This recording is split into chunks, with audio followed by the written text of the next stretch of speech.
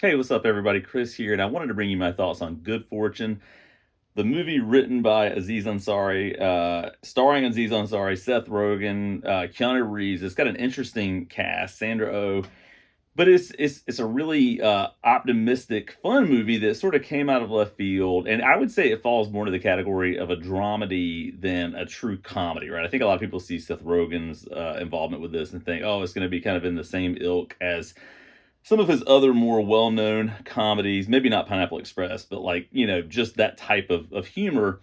And that is there, but it has more to say about the sort of socioeconomic strife, for lack of a better word, that permeates a lot of the Western world. And so there's a lot there that sort of goes into that. But one thing to note before I jump into that, I had my Mandalorian shirt on when I went to see the movie, and one of the theater employees was like, "Man, I really love that Star Wars shirt. That's awesome." I was like, "Thanks, dude. I appreciate it." And he was like, "What does the writing mean?" And I was like, "I don't speak Galactic Basic. I wish I knew and could translate it, but I don't know if I lost some of my Star Wars cred." But that's neither here nor there. But anyway, back to the movie.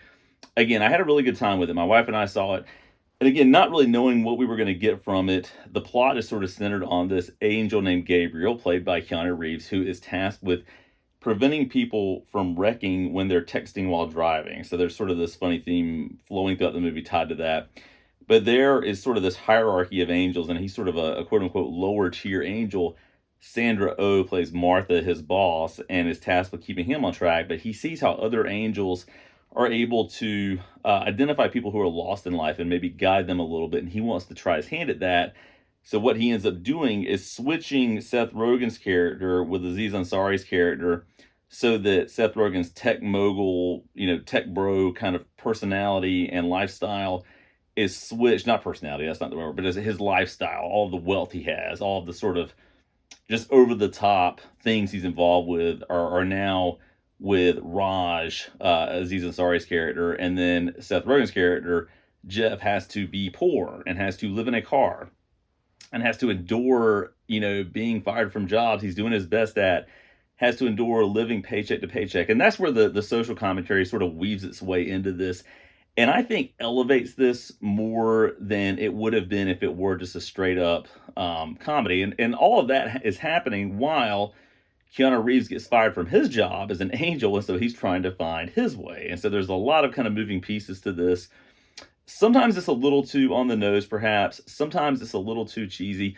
But there is kind of a thread of optimism that I think buoys this and makes it stand out in a sea of films that are just, in a lot of ways, kind of depressing and dour. Like, this was sort of an uplifting movie. Like, and I know that sounds really kind of cheesy in and of itself to say that, but it sort of is anchored by the idea that even though things can be awful, maybe there is a purpose, and sometimes that purpose is found in being around other people and having other people and sort of experiencing life with others, and sort of having joy manifest itself in that way. So I really liked it a lot. I wouldn't say that it's an amazing movie necessarily, but what I appreciated is that it doesn't outstay its welcome. This movie is something like a little over an hour and a half in length, maybe not even a full 1 hour and 40 minutes. So it didn't last too long, which was kind of a nice thing. I think I selected it for us to see tonight as part of our date night because sometimes Erica, my better half, doesn't love it when a movie starts to go over like 2.5 hours, that kind of stuff. But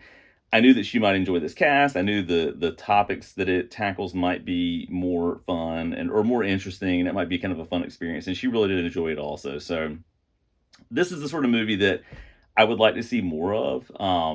And I would say this though, I don't know that you necessarily need to see this in a theater. I mean, it worked out great for sort of a date night atmosphere and a date night experience. But when it's streaming somewhere, definitely check it out. I think there's a lot of good happening with this that makes it worth a viewing. So anyway, if you've seen Good Fortune, let me know what you think about it in the comments below. And as always, thanks so much for watching.